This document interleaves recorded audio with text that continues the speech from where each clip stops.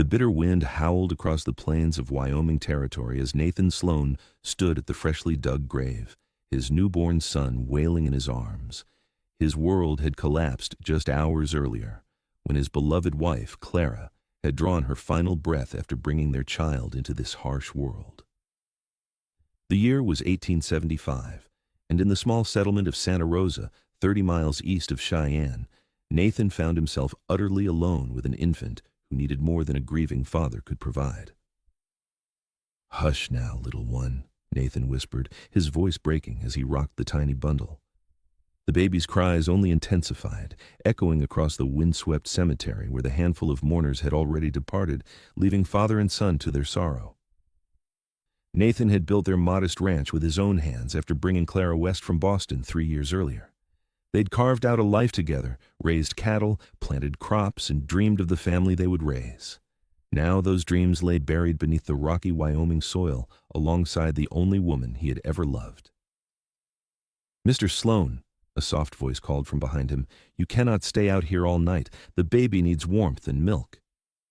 Nathan turned to find Kathleen Vasquez, the town's midwife, who had done everything in her power to save Clara. Her dark hair was pinned neatly beneath her bonnet, her brown eyes filled with a compassion that made his throat tighten. "I don't know what to do," he admitted, the words barely audible above the wind. "How can I raise him without her?"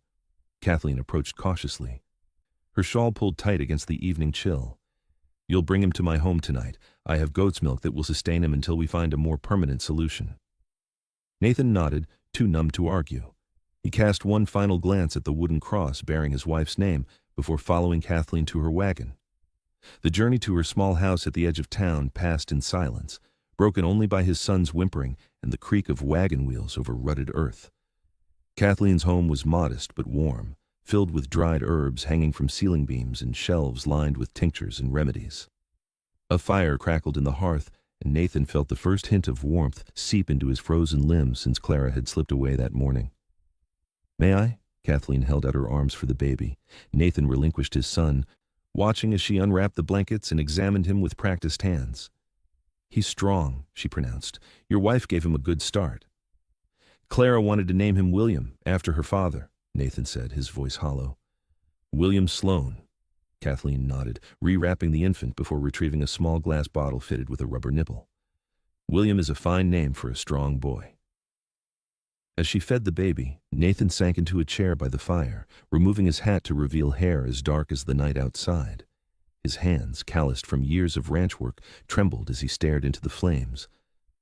"I cannot impose on your kindness," he said finally. "There must be a woman in town who could nurse him." Kathleen's expression softened. "The widow Johnson lost her baby last winter. She might still have milk." "I can inquire tomorrow." "And then what?" Nathan asked, the enormity of his new reality crashing down upon him. "I cannot work the ranch and care for an infant." "One day at a time, Mr. Sloan," Kathleen replied. "Tonight you will sleep in my spare room, and tomorrow we will make plans." That night, Nathan lay awake listening to the soft sounds of his son breathing in the makeshift cradle Kathleen had fashioned. Sleep evaded him as memories of Clara flooded his mind, her laugh, her touch, the way she'd read poetry aloud by lamplight during long winter evenings. Her gentle voice had been the soundtrack to their life together, and now silence was his only companion. The following days passed in a blur of arrangements. The widow Johnson agreed to nurse William, and Nathan established a routine of working his ranch by day and retrieving his son each evening. He hired a young man from town to help with the cattle, but the ranch suffered from his divided attention. Each night he returned to his empty home, placing William in the cradle Clara had lovingly prepared, and wondered how long he could continue this way. 2 weeks after Clara's death, Kathleen Vasquez appeared at his door, just as dusk was settling over the prairie. "I've come to check on the baby," she explained, her medical bag in hand, "and to see how you are faring." Nathan stepped aside to let her enter. The house was in disarray, dishes piled in the sink, laundry unfolded, dust gathering on the shelves Clara had kept immaculate. He felt ashamed at the state of things, but too exhausted to care. Kathleen examined William, pronouncing him healthy despite everything. As she prepared to leave, she paused at the door. "Mr. Sloan, I lost my husband 3 years ago. I understand the emptiness you feel." Nathan looked at her properly for the first time in days. Beneath her practical demeanor, he glimpsed a shadow of familiar pain. "How did you bear it?" he asked. "By remembering that although Miguel was gone, I still had purpose," she replied. "My work helps others, and in helping them, I honor his memory." Nathan nodded, grateful for her understanding. "Please call me Nathan." "Then you must call me Kathleen," she responded with the hint of a smile. "Good night, Nathan." As winter descended on Wyoming territory, Nathan struggled to maintain his ranch while caring for his growing son. William thrived despite everything, developing Clara's bright eyes and curious nature.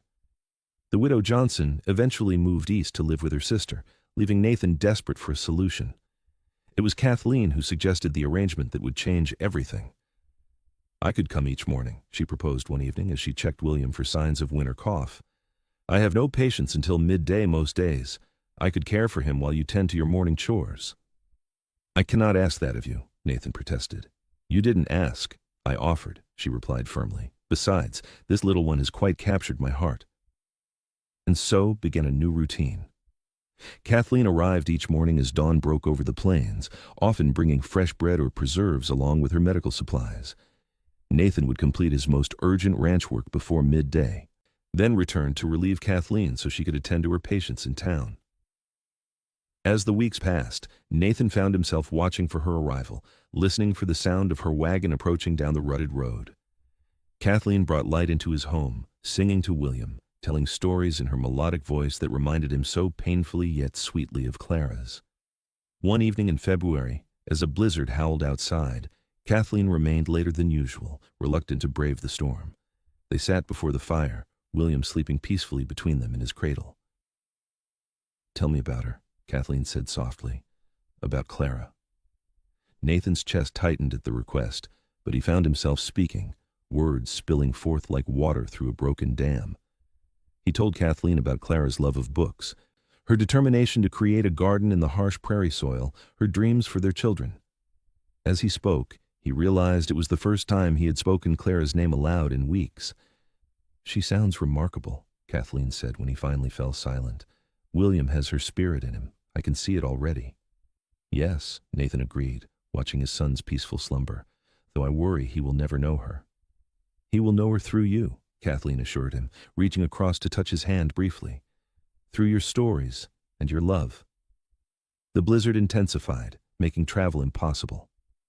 Kathleen slept in the spare room that night, and in the morning, Nathan found her in the kitchen, preparing breakfast as William gurgled happily in a basket nearby. The domestic scene struck him like a physical blow, not because it felt wrong, but because it felt right in a way he hadn't thought possible again. Spring arrived, bringing new calves to the ranch and wildflowers to the prairie. William grew stronger daily, now sitting up and reaching for everything within grasp. Nathan expanded his cattle herd and repaired the fences Clara had always reminded him needed attention. Life continued, though the ache of her absence never fully dissipated. Kathleen remained a constant presence, her daily visits extending beyond necessity. She taught Nathan how to prepare simple foods for William as he began to eat solid food, showed him how to tend minor injuries without riding into town, and listened when memories of Clara overwhelmed him. On a warm May evening, as they sat on the porch watching the sunset paint the prairie gold, Nathan turned to find Kathleen observing him with an expression he couldn't quite decipher. "What is it?" he asked. She hesitated, then spoke carefully. "I've received an offer to establish a practice in Denver. The city is growing, and they need experienced midwives." The words hit Nathan like a punch to the gut. "When would you leave?" "I haven't accepted," she replied, her eyes returning to the horizon. "I wanted to consider all factors first." Nathan nodded, unable to articulate the sudden panic rising within him. The thought of Kathleen leaving Santa Rosa, leaving William and him, was unbearable in ways he hadn't anticipated. "What's keeping you here?" he asked finally, his voice rough with unspoken emotion. Kathleen's gaze met his, steady and unflinching. "I think you know, Nathan." That night, after she had gone, Nathan stood in Clara's garden, now flourishing under Kathleen's care. The evening breeze carried the scent of wildflowers, and for a moment he could almost hear Clara's voice on the wind. "I don't know what to do," he whispered to the night. "Loving her feels like betraying you." No answer came, only the gentle rustling of leaves and the distant howl of a coyote. Nathan returned to the house, checking on William before retiring to the bed he had once shared with Clara. As he drifted toward sleep, Clara's voice seemed to whisper in his ear, not in accusation, but in reassurance. In his dreams, she smiled at him, nodded toward their son, and then faded into the light. Nathan awoke with clarity he hadn't felt since the day she died. The following morning, he rode into town before Kathleen could arrive at the ranch. He stopped first at the general store, then at the small church where he and Clara had married, and finally at Kathleen's modest home on the outskirts of Santa Rosa. She answered his knock with surprise, already dressed to make her daily journey to his ranch. "Nathan, is William all right?" "He's with Mrs. Peterson for the hour," Nathan replied, removing his hat. "I needed to speak with you alone." Concern crossed her features as she invited him inside. Her home was just as he remembered from that first night, warm, orderly, filled with the tools of her healing trade. "About Denver," he began awkwardly, turning his hat in his hands. I don't want you to go." Kathleen stood very still, her expression carefully neutral. "And why is that, Nathan?" He took a deep breath, summoning courage. "Because William needs you. Because I need you. These past months you've brought life back into our home with your kindness and your gentle voice." Her composure faltered slightly. "Nathan, I know it's too soon," he continued hastily. "I know my heart still belongs partly to Clara, and it always will. But I've come to care for you deeply, Kathleen. If you can be patient with me, if you can accept that Clara will always be William's mother and a part of our lives, I would ask you to consider a future with us." Tears glistened in Kathleen's eyes. "I would never wish to replace Clara," she said softly, "but I have grown to love William as my own. And you, Nathan, my feelings for you developed against my better judgment." Nathan crossed the room in 2 strides, taking her hands in his. "Then stay. Not as William's nurse or as our friend, but as my wife, if you would consider it. In time." "What of the town's gossip?" she asked practically, though her fingers tightened around his. "It's not yet been 6 months since Clara's passing." "Let them talk," Nathan replied firmly. "We know the truth of our hearts." Their courtship proceeded with careful respect for Clara's memory. Nathan courted Kathleen properly, calling on her in town, bringing William for Sunday outings, and gradually introducing the concept to his young son that Kathleen might become a permanent part of their family. The town gossips indeed had their say. Some whispered that it was too soon, that Nathan dishonored Clara's memory. Others, who had witnessed his struggle and Kathleen's devoted care for both father and son, defended the developing relationship. By autumn, when the aspens turned golden and the first frost painted the prairie, Nathan asked Kathleen officially for her hand. They were married in a small ceremony at the ranch, with William toddling between them as they spoke their vows. Nathan wore the same suit he had worn to marry Clara, but with a new hope in his heart that he believed Clara would have blessed. Their first months as husband and wife brought adjustments. Kathleen maintained her midwifery practice while establishing herself as mistress of the Sloan Ranch. She expanded Clara's garden, planted apple trees that would bear fruit in years to come, and filled the house with music from the small piano Nathan purchased as a wedding gift. When spring arrived again, Kathleen discovered she was expecting their child.